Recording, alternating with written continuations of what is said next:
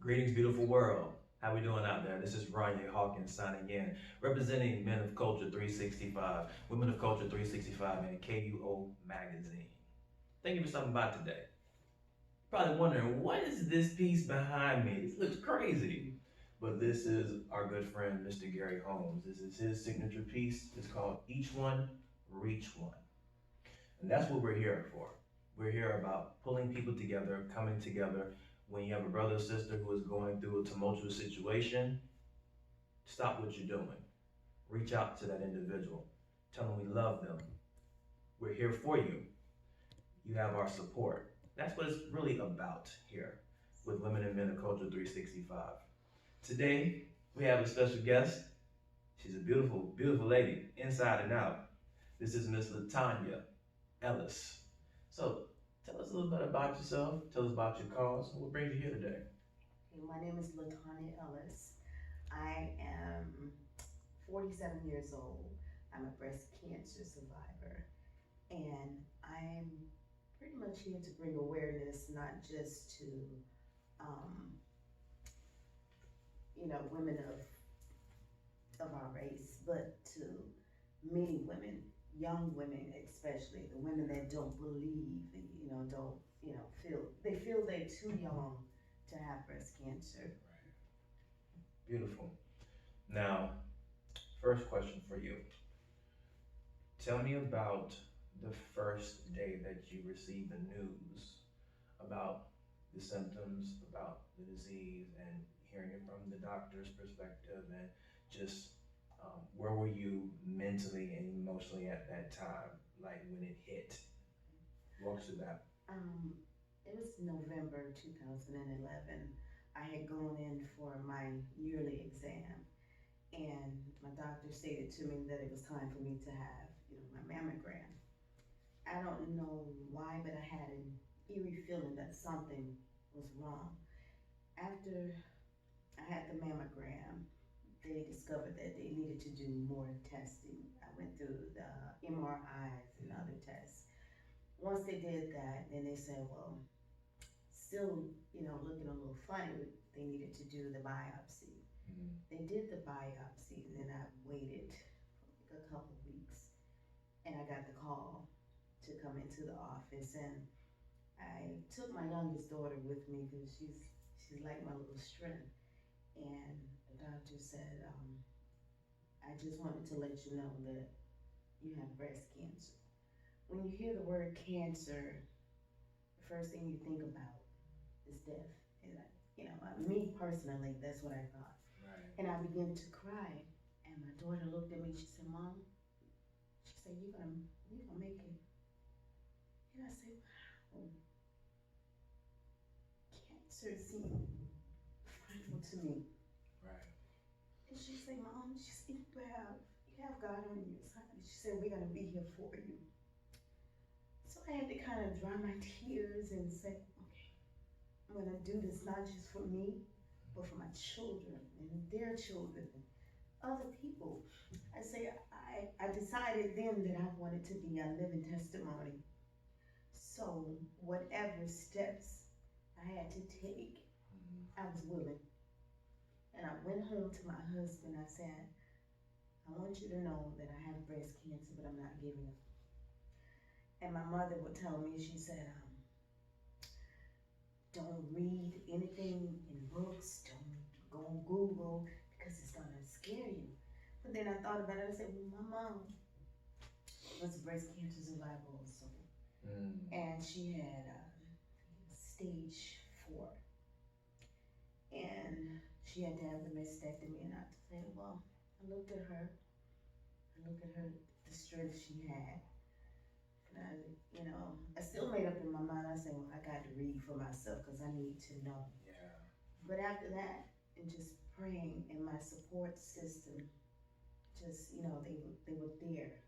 And that made a difference with me. And I told my doctor, whatever you have to do it so that I live. Mm-hmm. It was scary. It really was very scary. Yeah. Wow. You said something just now, and I thought this was very, very beautiful. Coming from your daughter, having that positive mindset, Yes. like that's what it's that's what it's truly about. Like no matter how hard the circumstance is, ladies and gentlemen, it's truly about having a positive mindset, like not giving up. And I thought I commend your daughter for doing that in the midst of how things are so bleak Yes. and it looks like it's just all hope is gone.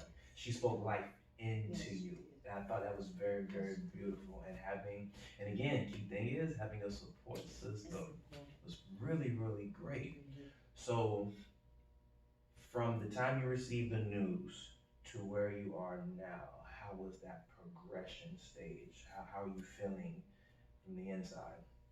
Well, from the inside now, I'm feeling much better after the radiation. I had 3 months of day for day radiation treatments, and I suffered from chronic fatigueness. I have anemia where I was getting the iron infusions, Mm-hmm.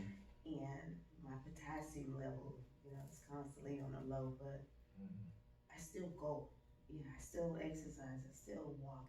I don't allow it to stop me. Sometimes I'm weak where I can't do anything, but I look at my family once again, and they motivate me, and I know God got me, Mm-hmm. and that's what helps.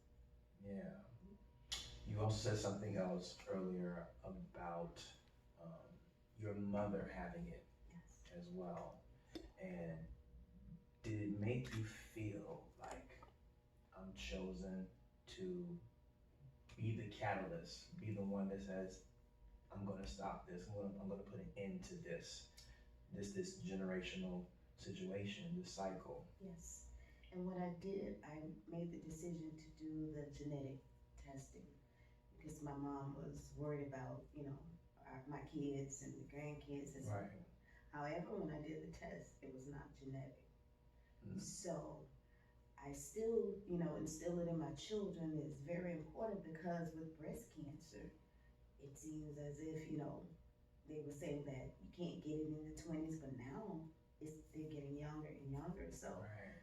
because of my mother being the first one and then me, I just try to stay on them. Get your mammograms, go to the doctor. Don't sit and pretty much just say, oh, it's just a lump, it'll go away or whatever. But you have to Right. take care of yourself. You have to follow your mind as well. So Mm-hmm. that was important. Now, next question for you. Did you have to make any kind of adjustments in your eating or sleeping, or did you even think about taking up a workout regimen, whatever the case may be? Well, they did tell me that I needed to instill more vegetables and more fruit into my daily eating. Also, my oncologist told me I need to make sure that I take a nap every single day because the fatigueness is real. It is, to have you Mm. just going. So I do that and then I walk every day. I Mm. walk and I'm a busybody, so Yeah. I'm constantly doing something to, make myself try to stay fit, Mm-hmm. you know. Sidebar, people. Naps are great. You should definitely try them. Yeah. Seriously, like, look, I'm 41 They and I need a help. nap, okay? Because I'm always on the go. It's like, look, I just need to hit the snooze button a couple of times, recharge in the middle of the That's right. afternoon. Ryan, what are you doing? Yeah. Napping. That's Anyway, right. thank you for saying that. Appreciate it. Yes. So now tell me, what would you say or give a piece of advice to a young woman or someone who is just experiencing those same that same news and the symptoms as well? I would say to them, first and foremost, it is very, very important. Keep God first. Don't take information from this one and that one. You have to do your research. I did my research. And also listen to your body. Your body talks to you. Mm. And make sure that they follow up with the doctors, the yearly exams and And if you're of age, make sure that you get those mammograms. And sometimes you have to go to another extent. If it's not showing something you feeling uncomfortable, then request an MRI. You know, Right. whatever they have to do just to make sure that, you're gonna be okay. And at the end of the tunnel, I mean, your support system. Always keep positive people around you. Don't allow people to feed you with negative energy because that is very important. You will have some that will tell you this and try to make you afraid. You have to block out that. Yeah. Listen to him and you'll get through. Beautiful. Thank you. Wow. Here's something else I wanted to ask as well. I know that certain times, especially at the hospital, some doctors are supportive, and then there are some doctors that are every now and then. How were your doctors and your health professionals towards you? Dr. Demers was my surgeon. Dr. Nikita Shaw is my oncologist. When I say they were the best, they meet every need. If I have a question, it doesn't matter what time or whatever, they're always there. They were there then, and I still see my oncologist as well. So they embrace you with love. They'll pray for you, and it just made the process easy for me. Wow. Yes. Did you say your doctor prayed for you? Yes. Come on, church! The doctor prayed for her. That's beautiful. You really don't get to hear testimonies like this. Miss LaTonya Ellis, so good to see you. You as well. And you're an amazing individual inside and out. Listen, people, kings and queens, if you want to check out this face, you got to come to the second annual Ribbons for Survivors Luncheon, October 20th, Sunday, 12 noon to 3. Write that down on your calendar somewhere. Put it in your Palm Pilot. I don't know if you still got a Palm Pilot, but anyway, write it down somewhere. I don't care if you got to put it in your hand, okay? Just write it down. Come and support, okay? We need all of you. Remember, it takes a village. Alrighty? So, anything else you'd like to say to the audience? No, other than I'm looking forward to seeing each and every one of you. Awesome. Have a good one. Thank you for stopping by. Thank you. Also, be sure to check us out, KUOMagazine.com, Men and Women of Culture 365 on Facebook and all throughout different social media platforms.